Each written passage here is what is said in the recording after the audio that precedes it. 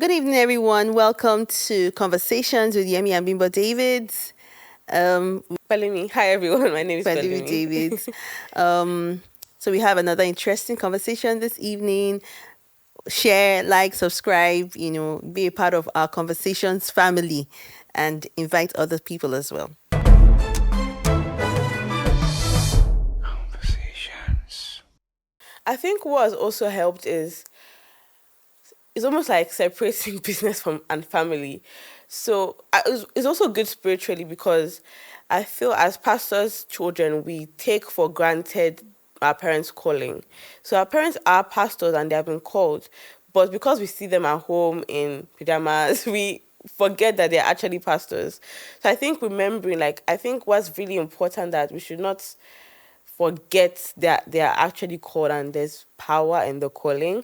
That also helps. So separate that at times. So it's like a balance, right? Yeah. Where you honor the call on your parents, you accept it, and you partake of it. Yes. Yeah. Because I remember recently this message is sent about us as parents, as pastors, intentionally mentoring her and her sisters. And she sent that message, and it was really powerful for me because, you know, um, yeah, sometimes you just take it for granted as Christian leaders and pastors that our children are towing our line, or they should just get it. But that was like a wake up call for her and for me and for my husband as well, where we need to be conscious of their own growth and mentor them as much as we are mentoring others. Yeah. Right? So that was a good, wake up call, I would say, where I'm like, okay, Pelumi, are you, or whoever, other siblings, are you reading? Which book are you reading? Are you growing? Are you praying? We ask those questions the same way we would ask other people that are not our family, not taking it for granted that, they would automatically do it. Or maybe they leave our circle, they go to school, and we think they will just follow through. The other part of it is also the part where children will be children. Yeah. Children will make their mistakes. Children will, in quotes, want to be children and want to behave their age as teenagers, as preteens, as children. And there's a balance for us too as pastors. There's a balance too for us as pastors where we are saying that don't over spiritualize. No, maybe that's not the right word, but don't let them be, right? Conversations. Yeah, because I feel a lot of times I see, because I have some friends that are also PKs, and I know that they feel that they can't talk to their parents because they are scared of the pastor's role. And I feel like sometimes the pastor's role intertwines with the parent role. So I think when a pastor's child makes a mistake, they feel more scared to tell their parents because they feel that they'll be judged more. And I think that's when the hiding out comes, and you see a lot of pastors' kids having double lives because they just feel like they need to hide their true self or they'll be judged by their parents.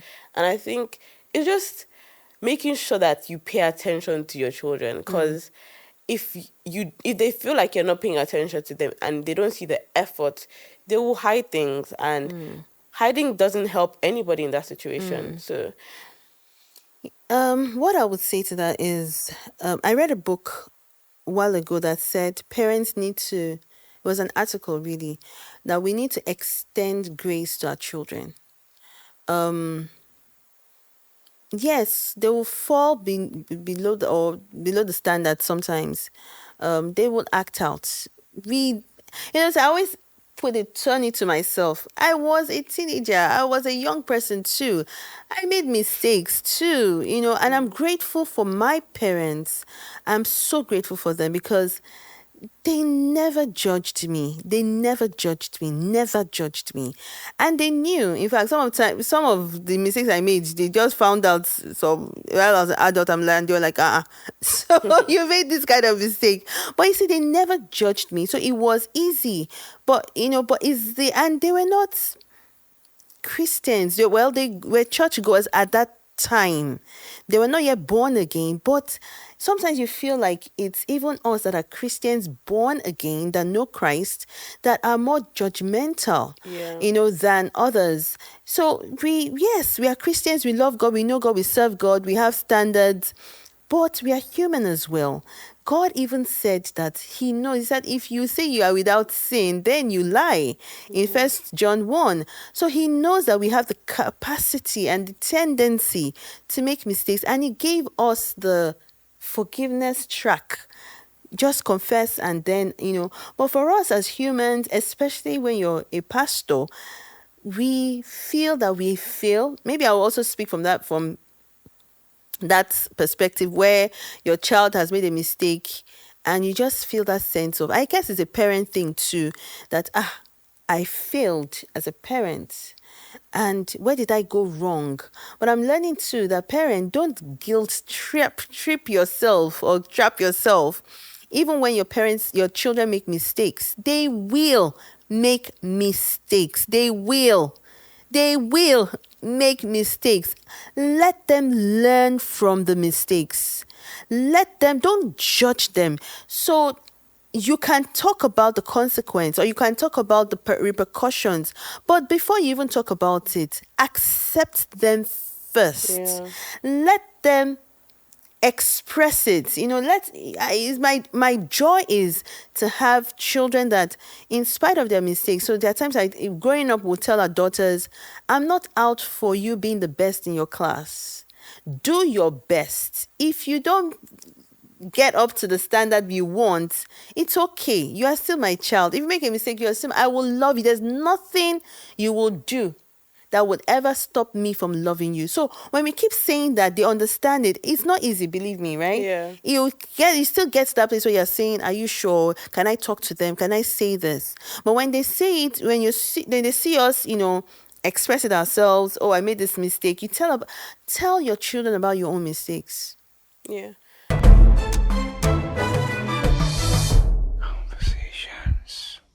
And I think also it kind of does to do with social media and just the popularity of maybe the pastors in general.